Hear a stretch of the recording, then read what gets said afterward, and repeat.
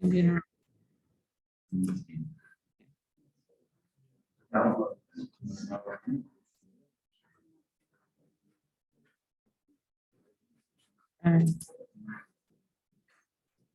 Okay.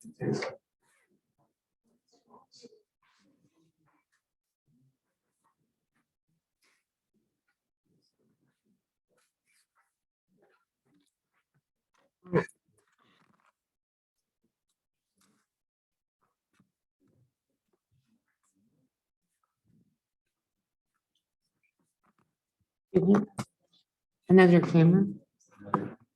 Can you use this? We're winging it. Not sure what we're doing, but we're winging it one way or another.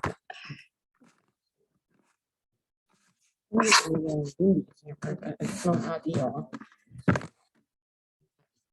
So it is on and recording, and then we have to get them joined.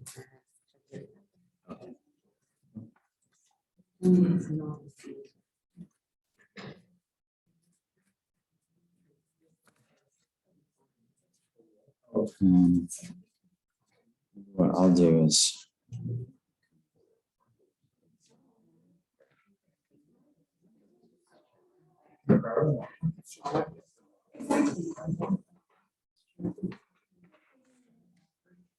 No.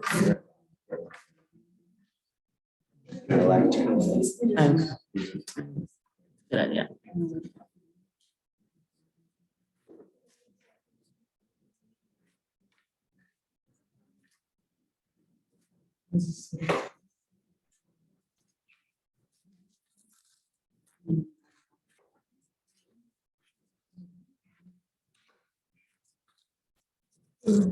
Figure this out one way or another. It's honestly been off since like the third day of classes. The Wi-Fi has just like been off. Yeah. I was Today's complaining. been insane. I know this is the first time for faculty. It's been really bad. Oh, no, we've had days where we Have hadn't you- had it for like all day. Oh yeah, Almost, that's yeah. what's happening with us. Yeah. And then everybody connects to like Infinix IoT, and then it's frozen Yeah. because you can't do that. Right. I know, I don't even try. It's like, Yeah. if it doesn't work, let's just sit back and hold on. Tammy. Tammy? Mhm. Okay, I'm Gray. Nice to meet You you. too. I thought I'd met you a couple of times in Ellis when it was. Yes, yes. Are you like the director? I am the admin for the Steel Center and Religious Studies and Philosophy. Okay, cool. That's very cool. All right. Under media stew. Yes. Okay, I'm gonna see. All right. Hang on before we do anything else.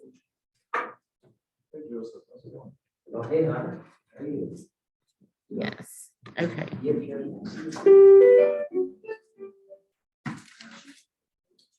this. Okay.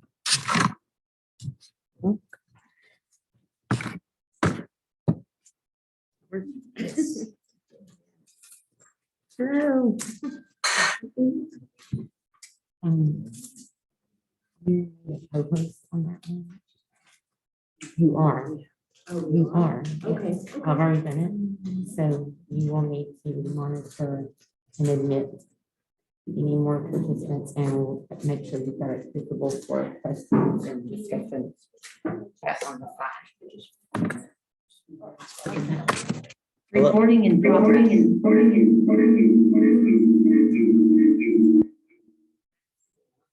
Hello, Alexandra. We're having a delay experience. On that one. Turn the audio off on that one.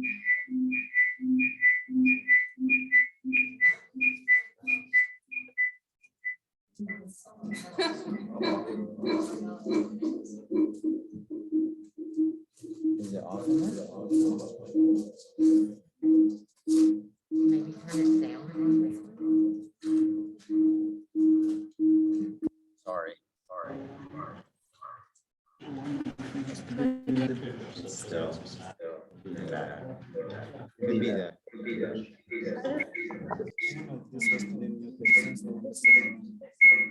Oh.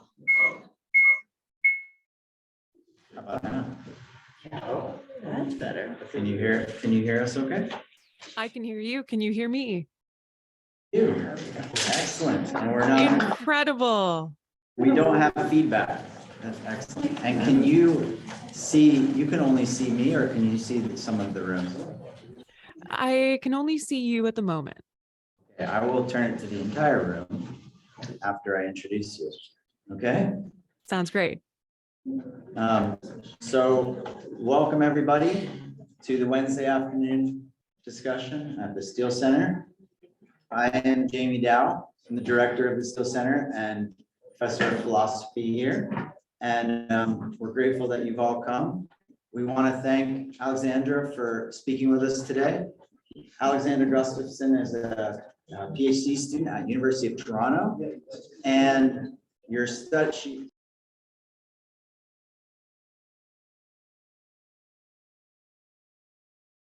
Oh, I can't hear you anymore. Can you hear me now? There we go. Yes. Okay, excellent. It looks like you now can see whoever's talking in the room through media studies there. So Alexandra is also interested in ethics, as I said, and we are very grateful that you're going to be sharing your research with us today on embracing unrequited love. So let's go.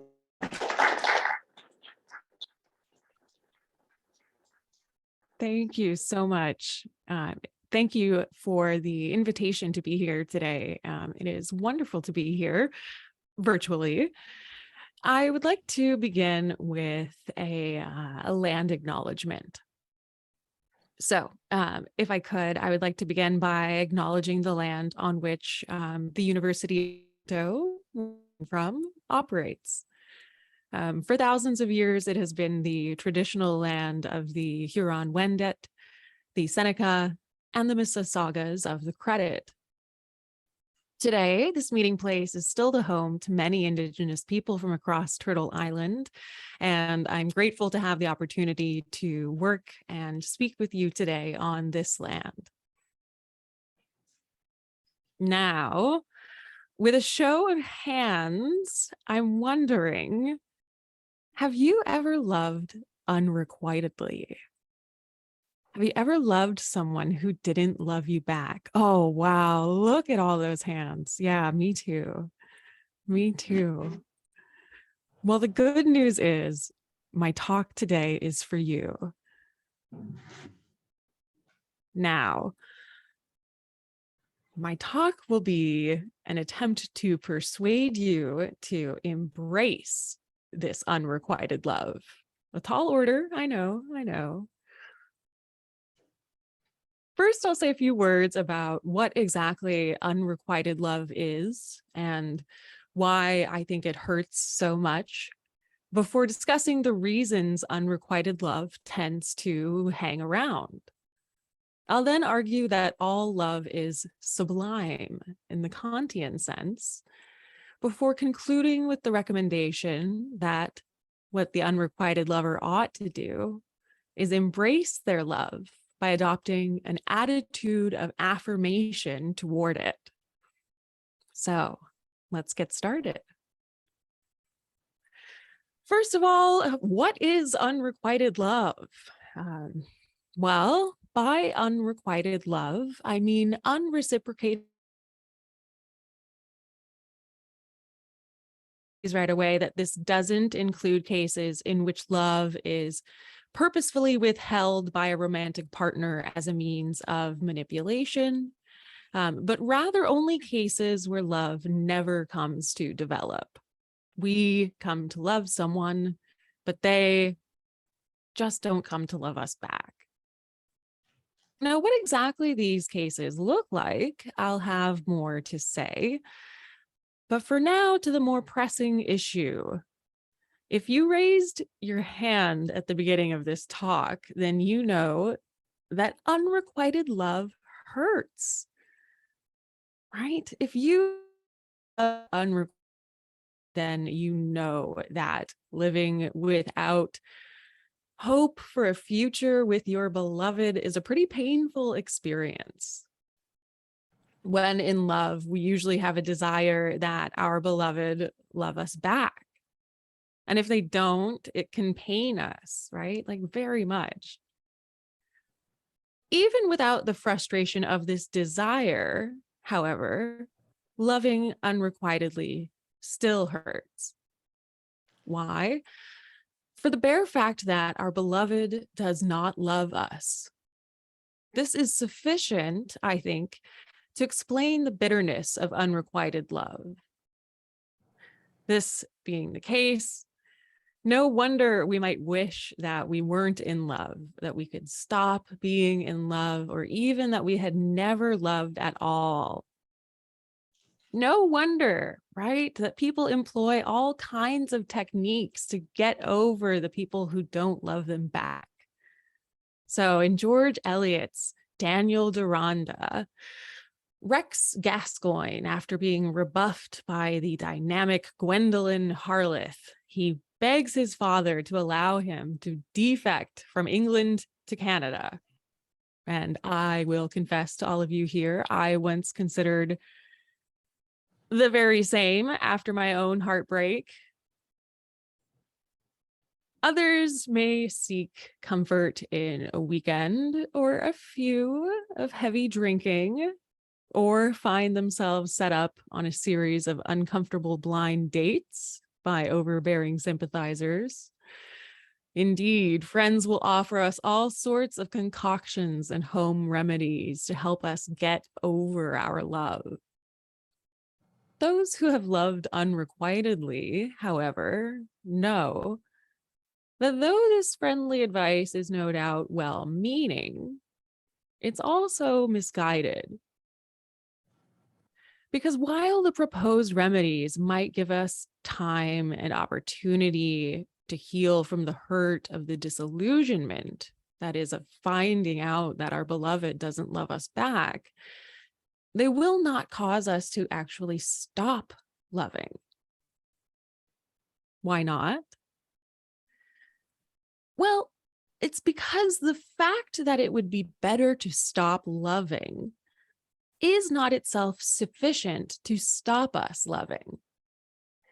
Prudential reasons about what's good for us, right? They simply miss the mark, I think, given the nature and structure of love as both irrational and unconditional. But the situation is not entirely wretched. I hope to persuade you that while unrequited love is bitter, it can be made bittersweet if you can change your attitude toward it. So I've just said that love is irrational. What does that mean? Well, rational love is love justified by reasons.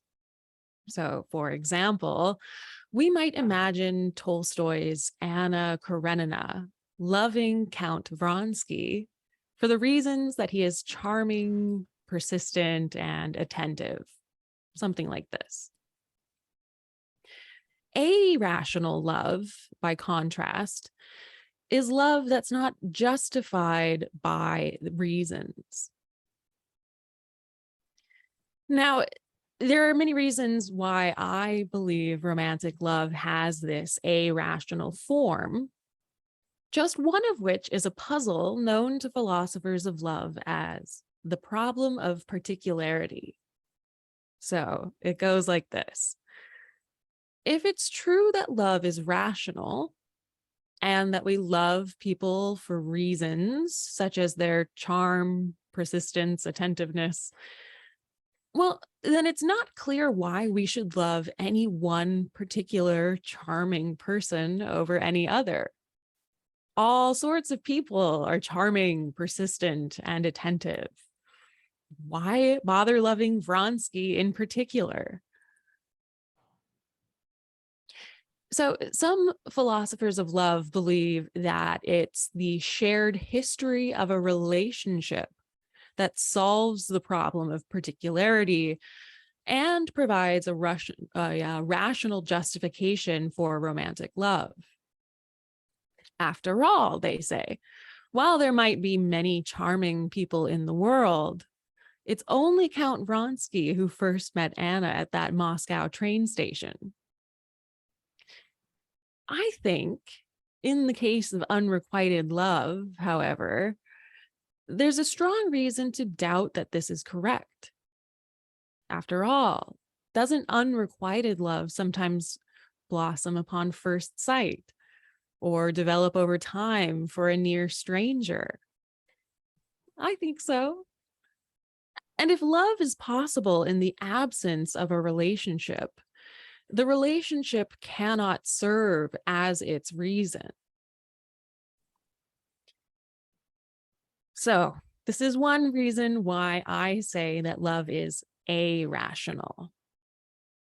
In consequence, though it may indeed be better for us in a pragmatic sense to move on from our heartbreak, this higher order reason will not cause or persuade us to actually move on. This is because love is not the sort of thing justified or undone by reasons. Now, at this point, someone might say, but what if this love is causing harm? If loving pains the unrequited lover, surely this, if nothing else, gives them reason to stop loving. Yet, I repeat once more that love is not the kind of thing that is swayed by reasons. Unfortunately, even this one. To borrow from Shakespeare, once in love, we can love someone even to the edge of doom. So take Charles Dickinson's Sidney Carton and his love for Lucy Manet in A Tale of Two Cities, right? Though she didn't love him, loved someone else, still he died for her sake, taking the place at the guillotine of the man whom she did love. Now, in this way, we might even think of romantic love as not only irrational, but also unconditional in a certain sense of the word. That is, our love is not conditional on its being returned or on any other reason. It can both exist and persist despite good reasons not to. Now, if you are one of those who have loved unrequitedly and you are persuaded by my arguments thus far, that love is irrational and unconditional, and therefore immune to rational or deliberate undoing, you might at this point be in some renewed distress. But please fear not, because I believe there are compelling reasons to embrace your predicament. So, I've already said that unrequited love can be deeply painful, and I stand by this. But I hope you will forgive my saying that. If it's torture of the most sublime, and I mean this quite literally, kind. And I believe that a sublime torture is a torture worth bearing. Thus, I say the unrequited lover need not wish so impatiently for their love to end. Instead, they might embrace their love for however long it persists, If you embrace your love, unrequited though it may be, it need not hurt you so. Okay, so what does it mean to embrace love? Well, it's something very much like radical acceptance. Though love itself is irrational, well, it seems plausible that we can still take certain attitudes toward it, doing so for reasons. If we reject our love, this can cause in us a kind of rift, a kind of alienation. We don't endorse our love, and yet we can't help but love. This resulting alienation just contributes to our ultimate experience of bitterness. If instead, however, we adopt an attitude of affirmation, then we need not be at odds with ourselves. This is what I mean by embrace unrequited love. Adopt an attitude of affirmation toward it by telling yourself, I'm in love and that's okay. Now, at this point, you might worry that prudential reasons for embracing your unrequited love are the wrong kinds of reasons. That the notion, it would be better for me to embrace my love, maybe doesn't give you the right kind of reason to then actually do so. For instance, understandably, you might think that having certain attitudes requires having certain beliefs. For instance, that having an attitude of affirmation toward your love is not possible if you don't really believe that it's okay that you're in love.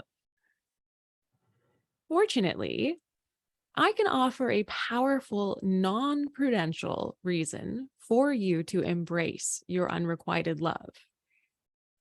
As I have hinted, it is sublime.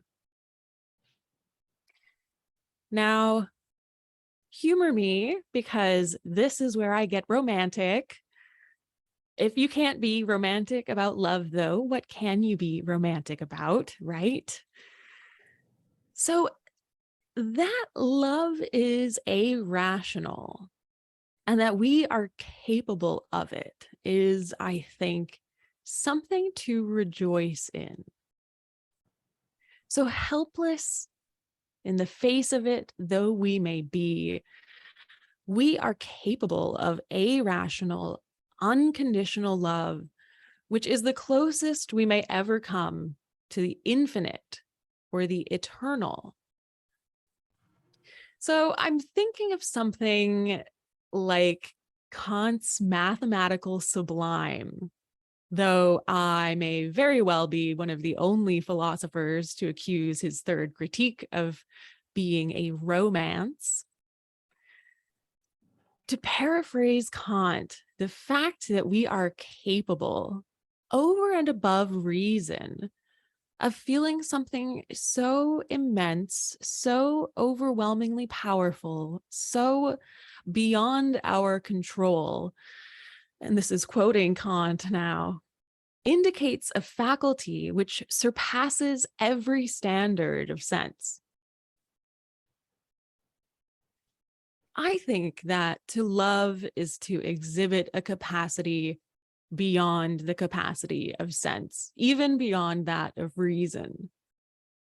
The depth of feeling of which we are capable is the ultimate expression of our humanity. And our relative helplessness before it is maybe the essence of what makes us human.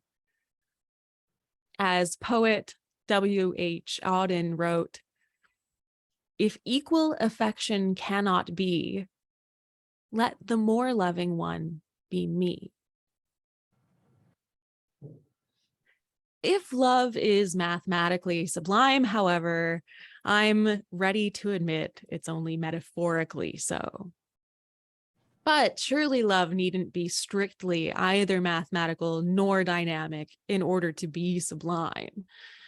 After all, the sublime, for Kant, is the closest that one may ever get to peering over the edge, to looking beyond the phenomenal, thinkable world. Love is therefore perhaps best thought of as sublime because it either is, or at least gestures at, something that we can't quite make sense of. Indeed, right? Like, see how we look for the reasons of love. We want love to be rational so that it can be sensible. But love defies our best sense-making strategies. Love is not a choice, and yet it still is something that we do, not something which merely happens to us the same way that a cold or a headache does, right? And there's something incomprehensible about this. And I think that this actually reflects a deep incomprehensibility and essential mystery about the nature of agency, even of our own agency to ourselves. Our experience of and attempts to analyze love are perhaps the closest we can come to having an account of the self that is outside of the limits of practical reason. Love, I think, is something that exists on the maximal outer limit of our agency's thinkability. Love is sublime in that it gives us a glimpse of the supersensible. In short, love, including unrequited love, is exceptional. It can endure anger, pain, and grief, persisting against all odds, existing in the unlikeliest of places and times. As I've said, it can both exist and persist even despite good reasons. So, though it may pain you that your beloved doesn't love you back, take comfort, because in loving, you are peering over Kant's edge. And the edge is not something to be shied away from, though it is formidable. Rather, regard the precipice with awe and rejoice in your proximity. Though this claim may not be ultimately satisfactory to some, I mean it to be more than a salve. Romantic or otherwise, returned or not, love is sublime and worthy of embrace because it reveals in you, the lover, a unique and noble capacity. Thank you so much.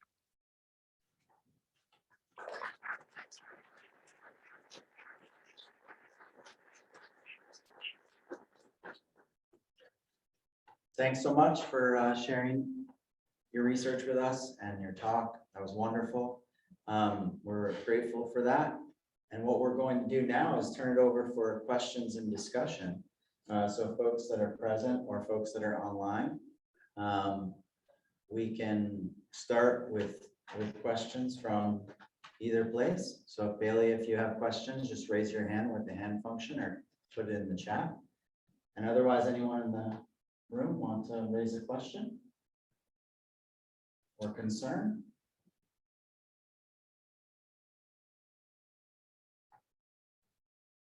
I have a question. Go ahead. What do you believe about the notion of falling out of love? Many couples who get divorced say that they simply were in love at one point and then they just fell out of it.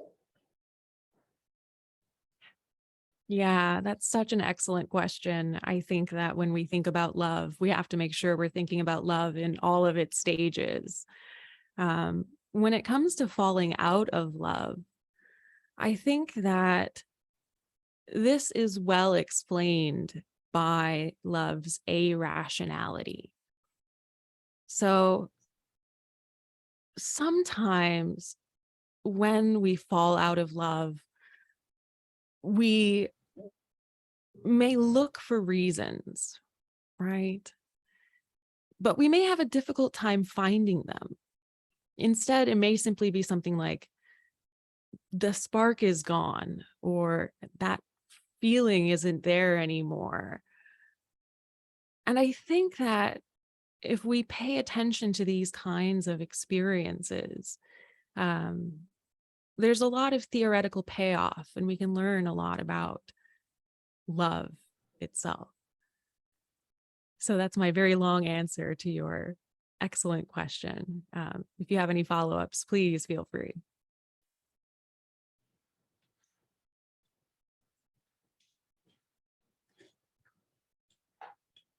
I kind of have one, just when you said that love is like looking over the edge, or you said something about the super sensible, I think is the word. Can you kind of explain that a little bit more?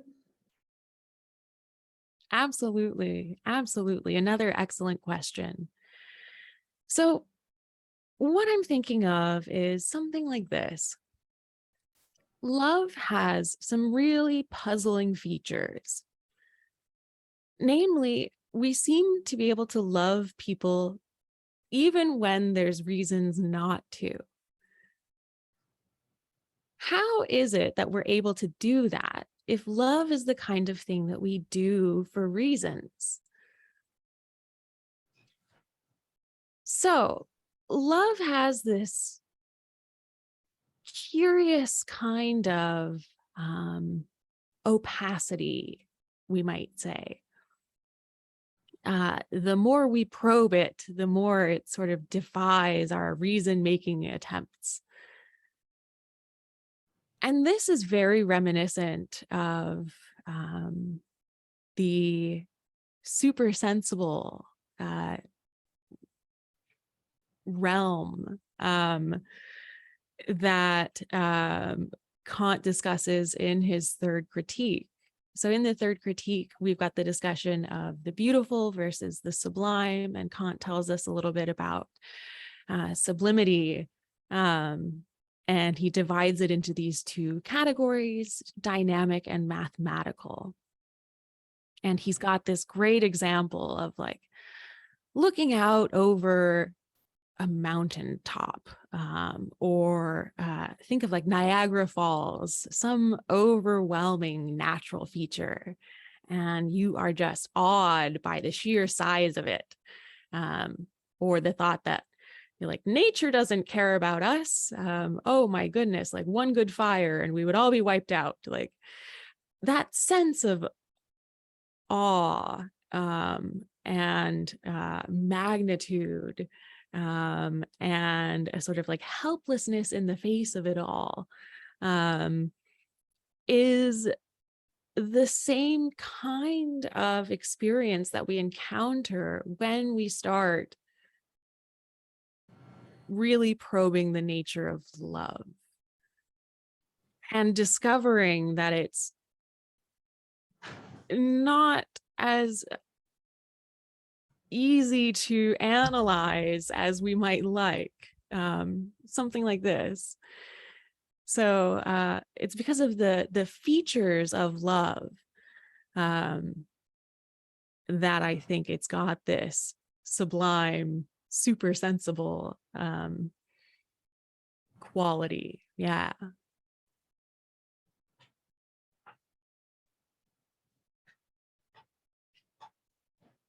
Questions? Follow-up questions? I don't know how well I'm going to be able to explain this, but so you explain the concept of love in a very philosophical, separating logic from that entity in that kind of way. So I've always understood that in common interactions between romantic partners, people would express their love in a logical way. From a philosopher's standpoint, how would you express affection, knowing that love is a separate entity from logic? Yeah, very good question. So I think that, well, maybe here's a shared experience that some of us have. Have you ever had somebody ask you, why do you love me? And oh God, the moment of panic when somebody asks that question, right? Like, and then we start searching our brains and we think like, okay, I love you because you are amazing. Because like you're kind and generous and you're like grasping at straws, and all of these reasons are generic and they don't seem to quite capture what it is we're really after, right? Like, no, I love you because of the way that your eyebrow hairs grow curly, like, and things like this that as reasons just don't make any sense, right? And so I think that being a philosopher of love means, well, first of all, I get to skip that question whenever it's asked. So that's fun. And then I guess it means I feel more comfortable expressing to my beloved and to the other people in my life with whom I've got relationships that, maybe I don't know why I love them, and maybe I just do, and maybe that's enough. Yeah, thank you for the question.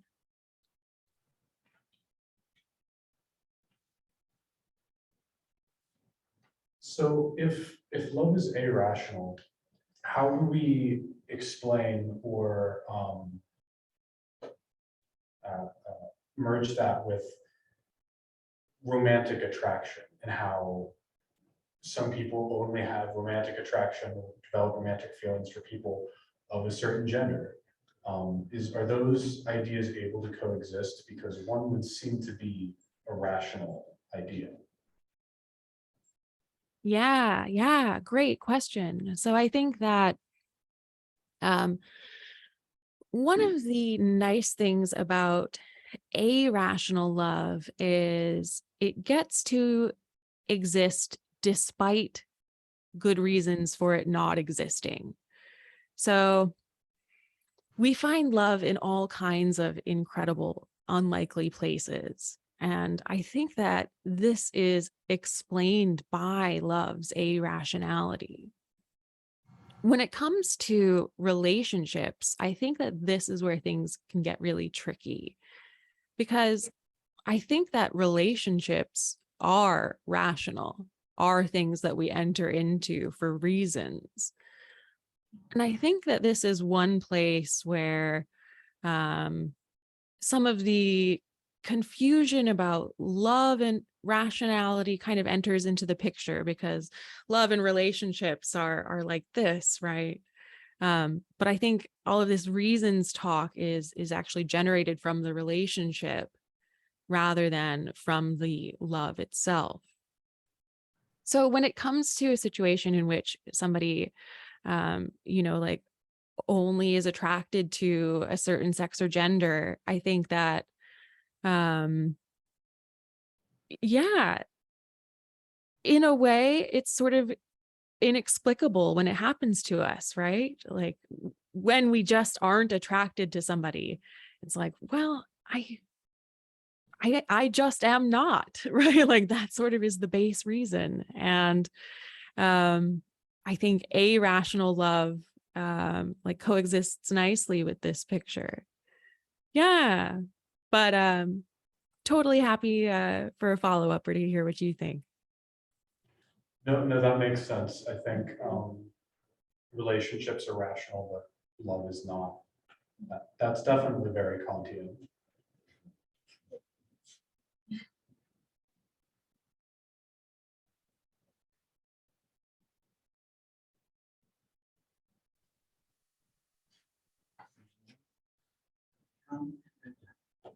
Okay, so that last response of yours helped me a lot.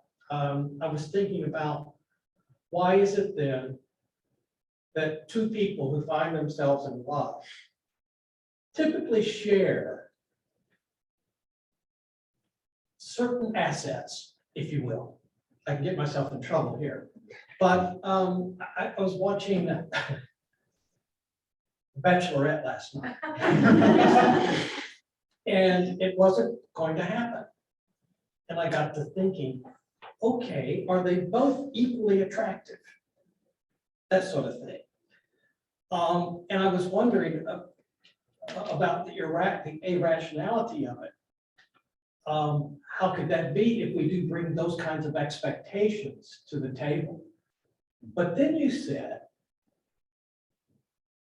but the relationship may be the rational part, which then permits this irrational spark thing to happen, right?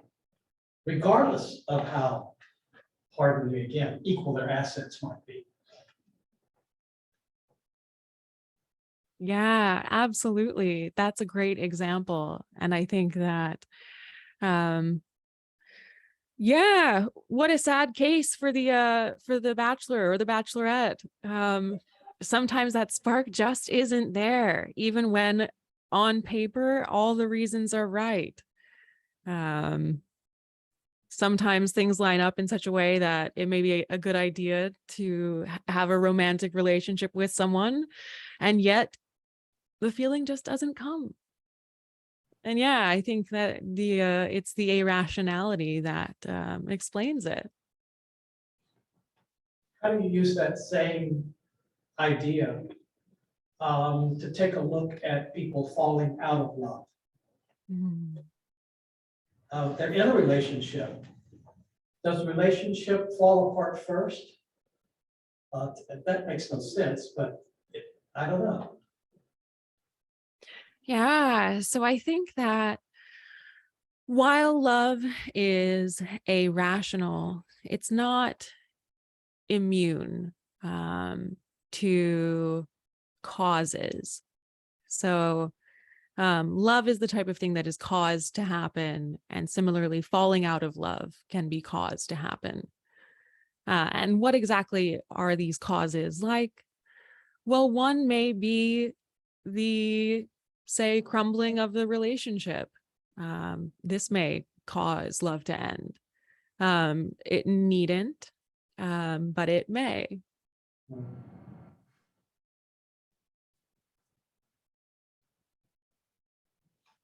I have one more question.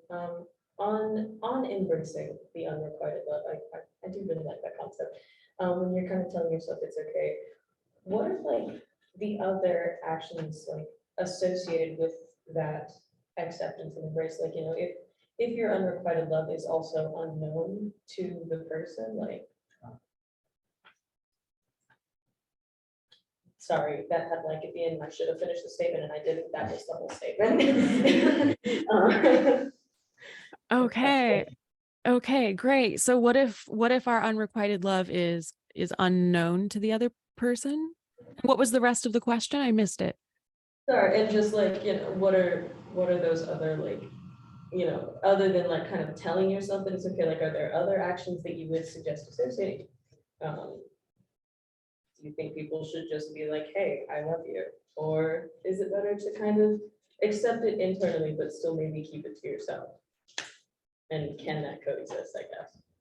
Yeah, I see. So I tend to imagine the scenario in which we've already sort of revealed ourselves. And then we're told, I'm so flattered, or, you know, whatever those terrible words are. Exactly. And So generally, I am going to endorse taking action in most cases. There's a big asterisk there. I think that deep down, I'm just such an existentialist.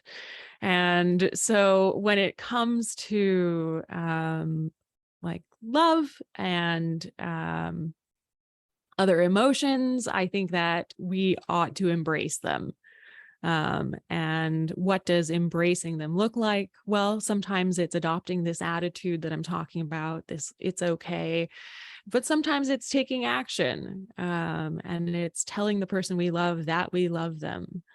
Now, the big asterisk is that, once we've sort of confessed our love and it hasn't been reciprocated, I think that that should be the end of it. I don't condone like repeated unwanted gestures or anything like this. That seems wrong. But generally speaking, I think that it's okay to embrace our love, and it's okay to approach the other person and to tell them that this is the situation we find ourselves in. Yeah, that's a really tricky one, though. I actually have a question back here, kind of to that.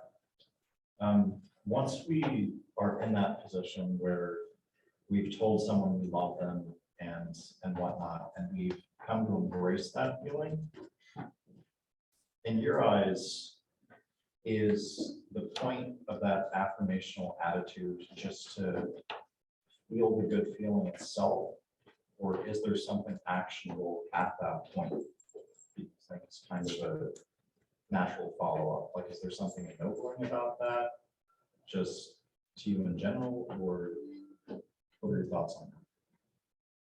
Yeah, so I think that there is a kind of maybe extra value that we get out of love once we realize that it's got these really interesting features and therefore this kind of sublime character. So I think that maybe it's the case that the unrequited lover finds themselves outside of Plato's cave or something like this. And they have this ability to see like the true nature of love. And maybe this is a kind of added bonus. Yeah, that's my long shot answer. Excellent question. I kind of had a question that also is in this same realm. When it comes to accepting that you have unrequited love for somebody, what if that acceptance can lead to obsession or self-destruction of the person, but not only just internally it's wrong for them, but obsession to the point of violence towards another person? And you might say, well, you don't have true love, it's just obsession, but you can't reason away what they think is love. Yeah. So here's a really tricky and puzzling feature of love. It's when is it love and when is it something else? And can we determine that from the outside? Or is it only the person in question who can determine that? It seems like from the outside, we've got some knowledge. It seems like we can generally tell the difference between at least what we would call healthy love and unhealthy love, or something like this, love and obsession. But are we really in sort of the privileged position to decide whether it is love or obsession? I'm not so sure. I think that it may be up to the person themselves. When it comes to naming the emotion itself. Now, when it comes to taking action, I think that we absolutely have to worry about cases in which one becomes like too insistent or whatever the case may be. So I think that one thing maybe we can meditate on is the fact that irrational love can't be had for reasons. There's nothing we can do to make this other person love us. We can't persuade them because that's just not the way that love works. And so the best thing that we can do is to let them move on, I think. And so if we keep in mind the nature of love as irrational and having all of these other qualities that I've talked about, I think that we can prevent ourselves from engaging in any like unhealthy or impulsive behaviors. Yeah, really interesting question. Thank you.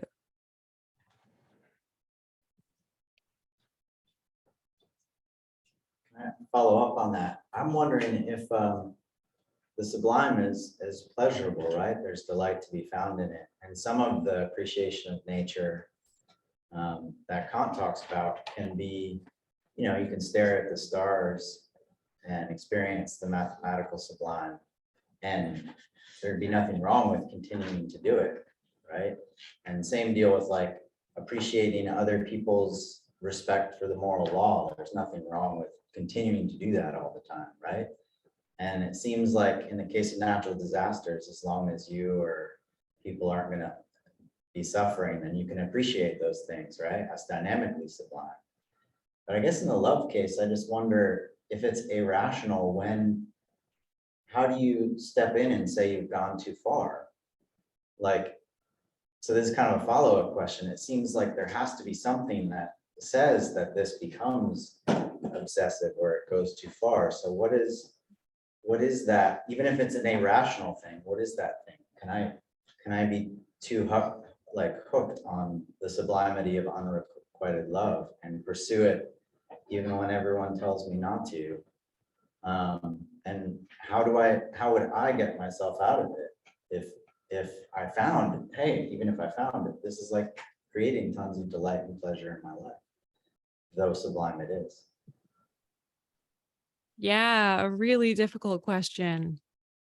So I think that maybe what we could do in that situation is recall that all love is sublime, not just unrequited love. And so this isn't our, like last and final chance to experience the sublime nature of love or anything like this. I think that, what we can do is sort of a similar strategy to one of the previous questions is like, if we meditate on the nature of love as irrational, this will illuminate the nature of love even more so, and I think have like good practical implications. So when it comes to the experience of the sublime and getting like hooked on that incredible feeling, I would say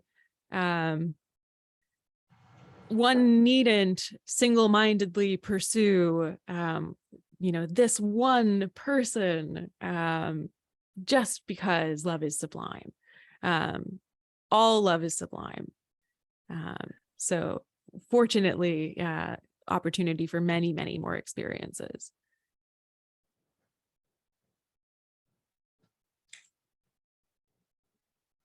Other questions? So is there a place when you're in the grasp of the sublime, when you finally realize I can always cherish this, but I've got to let it go a little bit so that I make myself vulnerable to fall in love again? Or can you do that without letting go at all? Yeah, I think that's a great suggestion. I think that this may help with the process of letting go, perhaps. I think that basically the attitude of affirmation is one of, and that's okay, right? Conjoined to the end of the sort of like descriptive state of what's going on with you and your love at the moment. So I love someone who doesn't love me back, and that's okay. My love is still hanging around. That's okay. And then eventually when the love fades, if it fades, and who's to say whether it will or not, sort of given its nature, whether it does or not, when it does, that's okay.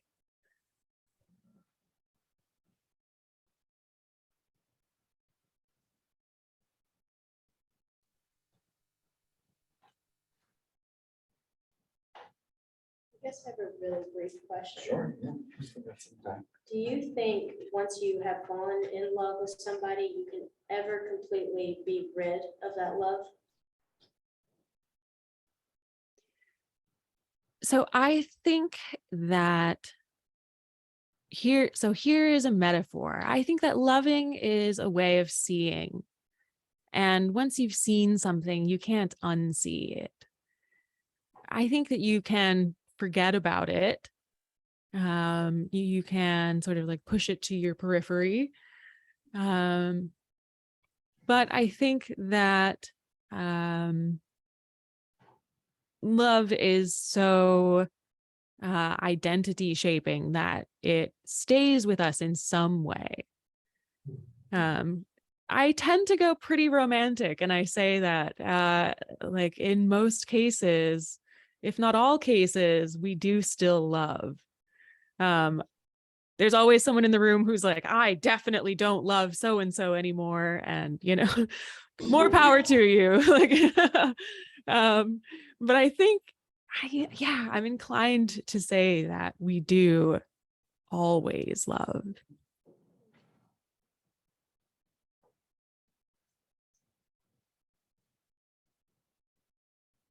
Question about the particular, is this idea focused on romantic love, or does it extend to other kinds of love? Like,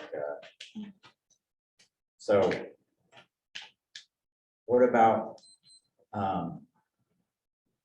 like when your child says they hate you, right?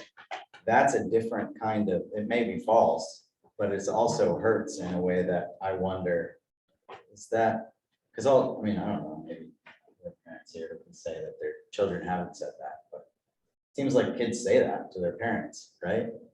And that particular kind of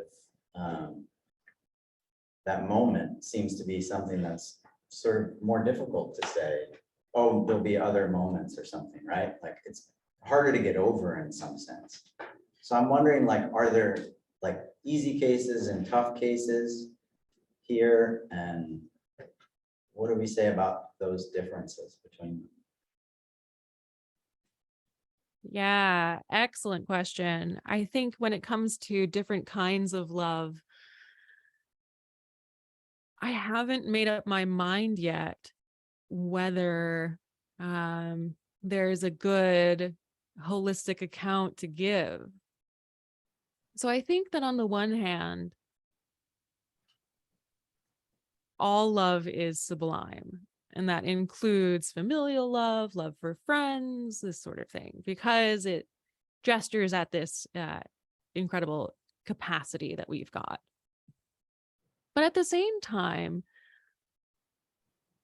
love for friends and family members is really complicated, because it seems like in those cases, our relationship comes first. We love someone because they're our sibling, because they're our parent.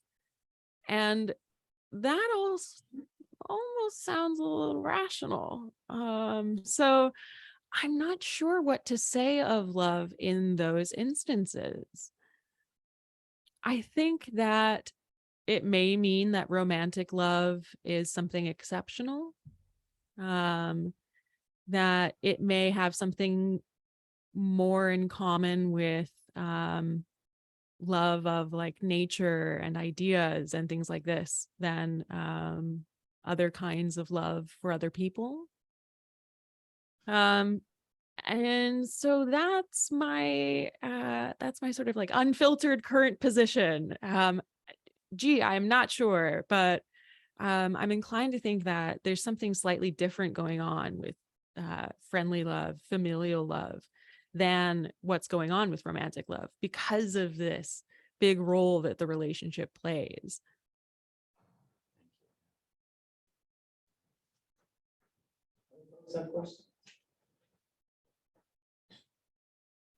Well, let's thank Alexandra for sharing with us. Thank you so much.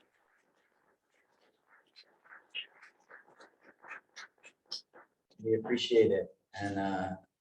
And next week, Celeste will be talking. So do you want to share briefly what you're going to be talking about since you're here?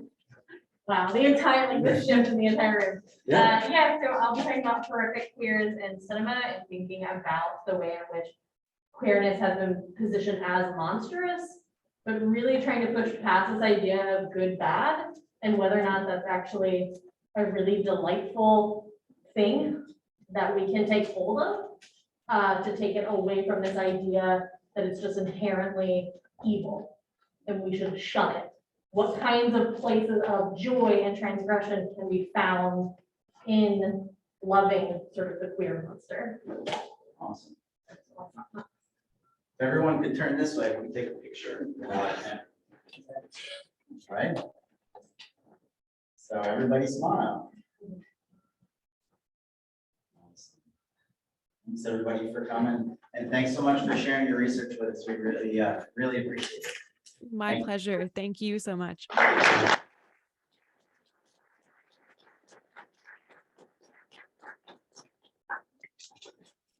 Have a good day. Thanks, everybody. I don't think I have the voice. I just have to- I don't think I have a watching that. Oh, I've watched I was that. watching. It was on, and I said.